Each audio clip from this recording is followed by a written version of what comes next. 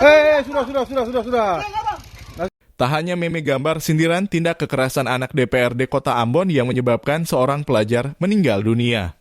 Kini santer beredar di media sosial parodi aksi pemukulan oleh tersangka AT. Salah satunya video parodi yang dibuat sekelompok pemuda di kawasan Kanawa, Kecamatan Sirimau, Kota Ambon.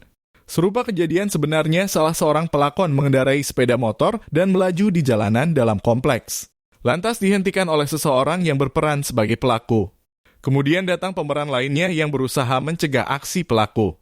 Peran hingga narasi percakapan dibuat persis aksi tersangka kepada korban. Woi, anjing, suara lagi. Lewat di muka kompleks suara lagi.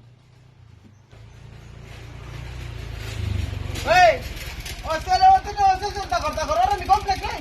Saya pikirin gue. Sudah. Nasi dia babe saja, abang. Nasi dia babe saja. Tunggu gini, kalau lewat ini takut orang di komplek. Woi, beta tanggung jawab. Sudah. Nasi dia babe saja. Ini musim hujan. Yang saya bikin